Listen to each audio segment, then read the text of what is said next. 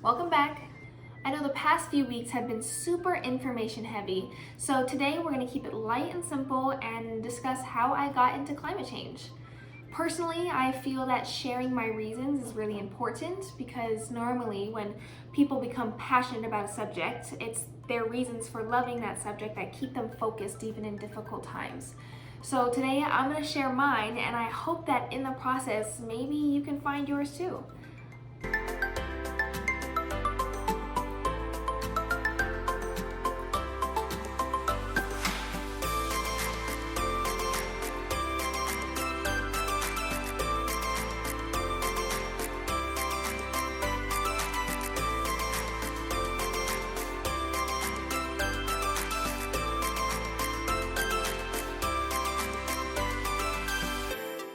Welcome back everyone, and if you're new here, my name is Ariana and I'm a climate activist focused on educating the masses on what the scientists don't care to explain. However, while there will be some information sprinkled in along today's video, I don't want it to be information-based.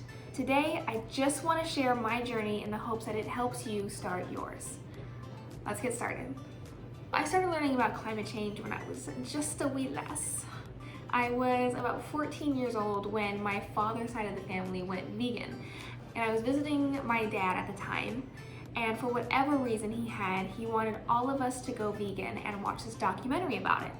And of course that documentary was What the Health on Netflix by Kip and Keegan. It was really good.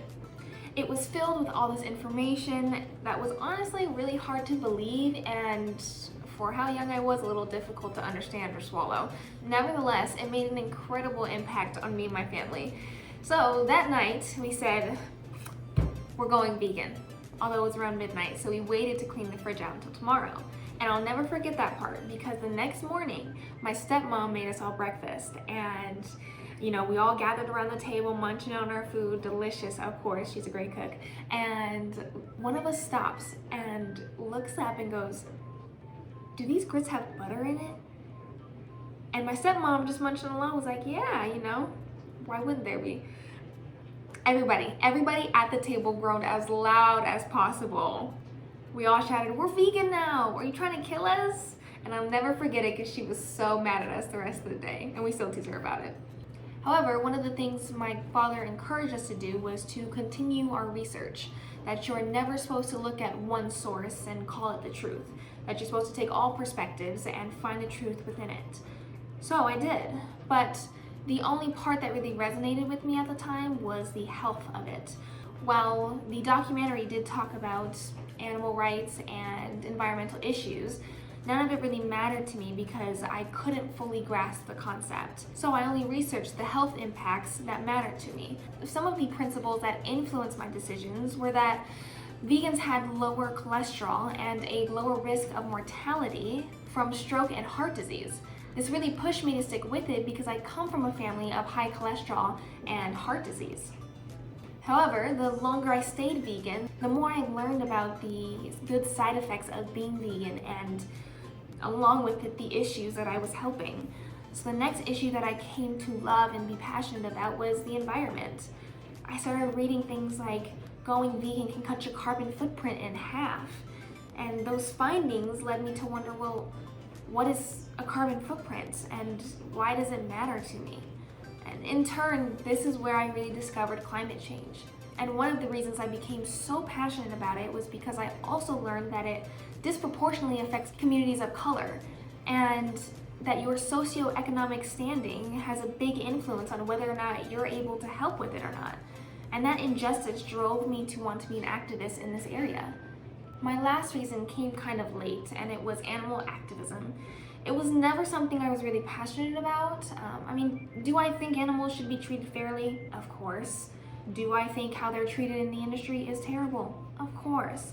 But this was just never a point of passion for me. Am I still trying to loosen the industry's power and influence? God, yes. But if I were to do so, I wouldn't do it from the perspective of animal activism. If I were to convince someone to save the animals, it would be from an economic, environmental, or health aspect, not an animal-based reason. So, taking my two most important reasons, health and environment, I enrolled at UNLV for mechanical engineering. My thought was that a lot of the change that needs to happen is also going to need a lot of technological development. If you remember in my pie video, we briefly talked about what each of those areas would need in order to be fully eradicated. Amongst those, most of them needed more technological development. So I figured that if I could learn the mechanics and how to build the machinery that we use today, I can help develop what we will need for the future. While being in college, I still felt like I could do more, that simply going wasn't getting enough done fast enough. So I attempted to make a club at UNLV called Saving Our Blue Planet. And while it was incredibly fun and I loved every second of it, I learned very quickly that it was very difficult to manage people. And even worse, I had started it right before COVID. So I'm incredibly sad and disappointed to say that it did die. Once COVID started and we were all separated, it was more of a relief than something to be upset about. So during this time of doing nothing but focusing on school and work, I definitely got another itch to do something, anything, to help out with what I cared about.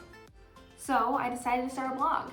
And that was all it was going to be at first. But why only write when I can make fun videos to go with? That way, no matter who is watching, they have an outlet available to them to reach and understand my content. And I think that brings us pretty close to the present. Behind the scenes of these videos, I still read climate books to educate myself.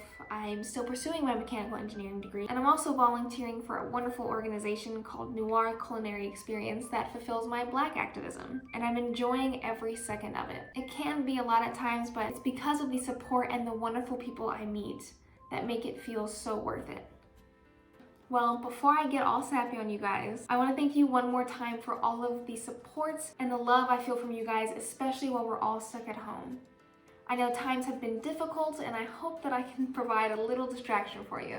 And I think that brings our journey to an end. We are officially caught up with each other. So thank you so much for listening, and tell me all about your journey in the comments below. Even if you just started, I'd love to hear yours too. Thank you so much again, and I can't wait to see you guys next week. Sincerely, Ari.